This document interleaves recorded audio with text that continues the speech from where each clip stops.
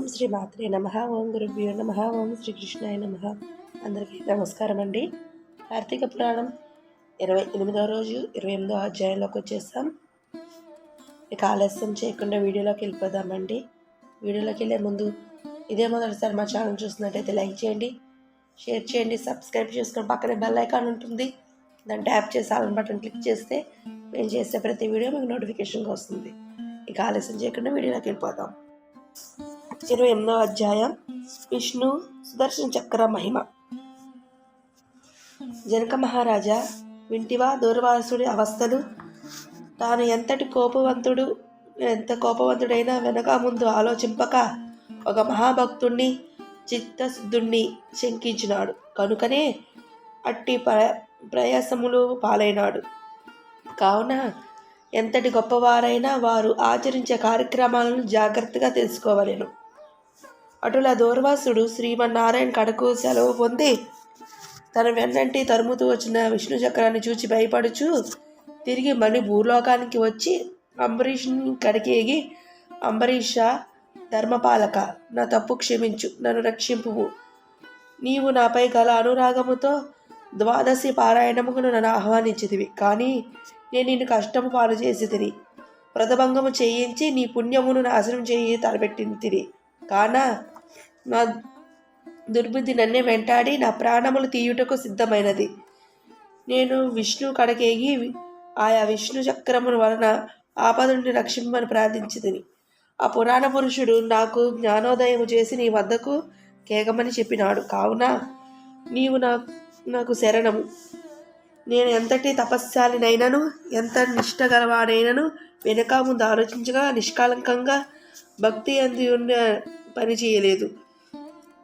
నన్ను విపత్తు నుండి కాపాడు అని అనేక విధాలు ప్రార్థించగా అంబరీషుడు శ్రీమన్నారాయణ ధ్యానిస్తూ, ఓ సుదర్శన చక్రమా, నీవిక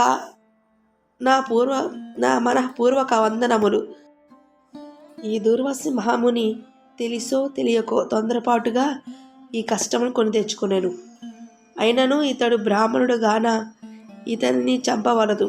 ఒకవేళ నీ కర్తవ్యము నిర్వహింపదలిచినదైతే ముందుగా నన్ను చంపి ఆ తర్వాత ఈ దుర్వాసుని చంపుము అని. నీవు శ్రీమన్నారాయణుని ఆయుధానివి. నేను ఆ శ్రీమన్నారాయణుని భక్తుడను. నాకు శ్రీమన్నారాయణుని ఇలవెల్పు దైవము. నీవు శ్రీహరి చేతుల నుండి అనేక యుద్ధములలో అనేక మంది అలవకుగా చంపితివి, కానీ శరణు కోరిన వాడిని ఇంతవరకు చంపలేదు. అందువలనే ఈ దుర్వాసును 3 లోకాలకు తిరిగి ఇతన్ని వెంటాడుచునే ఉన్నావు, కానీ చంపలేదు. దేవా, సురాసురాది భూతకోటి అనియు ఒకటేగా ఏకమైన నిన్ను నిలువజేయజాలవు. ఈ శక్తి ఏ విధమైన అడ్డుకోలేదు. ఈ విషయము లోకమంతటియూ తెలియను. అయినను మునిపుంగోడు ఏ అపాయము కలగకుండా రక్షింపమని ప్రార్థించున్నాను. నీ వద్ద శ్రీమన్నారాయణ శక్తి ఇమిడి ఉన్నది. నిన్ను వేడుకొనుచున్నాను. శరణు వేడిన ఈ దుర్వాసుని రక్షింపు. అనేక విధములుగా స్తుతించుట వలన అతని రౌద్రాకారంతో నిప్పులు కక్కుచున్న విష్ణు చక్రాయుధము అంబరీషుని ప్రార్థనకు శాంతించి, ఓ భక్తకేశ్వర అంబరీష, నీ భక్తిని పరీక్షించుటకు ఇటు చేసి తిని కానీ వేరు కాదు. అత్యంత దుర్మార్గులు మహాపరాక్రమవంతులైన మధుకైటవుల దేవతలందరూ ఏకమైనా కూడా చంపజాలని మూర్ఖులను నేను దుడిమాడుట నువ్వు వెరుగుందువు కదా. ఈ లోకములో దుష్ట శిష్ట రక్షణకై శ్రీహరి నన్ను వినియోగించును.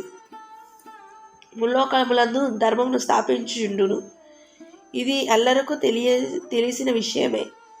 ముక్కోపి అగు ఈ దుర్వాసుడు నీపై పగబూని నీ వ్రతము నాశనం చేసి నానా ఇక్కట్లు పెట్టవలనని అనుకుని ఈ పని చేసినాడు. నీ మీద చూపిన రౌద్రము నేను అతనికి తెలిగించింది.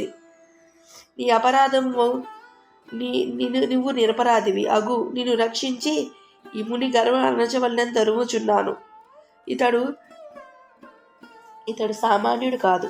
ఇతడు రుద్రాంశ సంభూతుడు, బ్రహ్మ తేజస్సు గలవాడు, మహా తపస్శాలి. రుద్ర తేజము భూలోకవాసులందరూ చంపగలదు, కానీ శక్తిలో నాకంటే ఎక్కువ ఏమీ కాదు. సృష్టికర్త యగు బ్రహ్మ తేజస్సు కంటేను కైలాసవతి యగు మహేశ్వరుని శక్తి కంటేను ఎక్కువ అయిన శ్రీహరి తేజస్సుతో నిండి ఉన్న నాతో రుద్ర తేజస్సు గల దూర్వాసుడు గాని క్షత్రియ తేజస్సు గల నీవు గాని తలపాలు తాగరు, నన్ను ఎదుర్కొన జాలరు. తనకన్నా ఎదుటివాడు బలవంతుడై ఉన్నప్పుడు అతనిలోని సంధించుకొనుటకు యుత్తము. ఈ నీతిని ఆచరించేవారు ఎటు ఇక్కట్లు పతుల నుండి తప్పించుకోగలరు. ఇంతవరకు జరిగినది విస్మరించి శరణార్థివై వచ్చిన ఆ దుర్వాసుని గౌరవించి నీ ధర్మం నీవు నిర్వర్తింపు అని చక్రము పలికెను. అంబరీషుడు పలుకులు ఆలకించి, నేను దేవ గో బ్రాహ్మణాదులను ఎందు స్త్రీల ఎందును గౌరవం గలవాడను. నా రాజ్యంలో సర్వజనులు సుఖంగా ఉండవలేనని నా అభిలాష. శరణు గోరిన ఈ దుర్వాసుని నన్ను కరుణించి రక్షింపుము. వేల కొద్ది అగ్ని దేవతలు, కోట్ల కొద్ది సూర్యమండలం యొక్కమైన శక్తి నీ శక్తి. అట్టి నీవు తేజోరాశివి. మహావిష్ణువులో నిందితుడిపై లోకకంటకులపై దేవ గో బ్రాహ్మణ హింసాపరులే నేను ప్రయోగించి వారిని రక్షించి తన కుక్షి అందు 14 లోకములందు కంటికి రెప్పలా కాపాడుచున్నాడు. కానా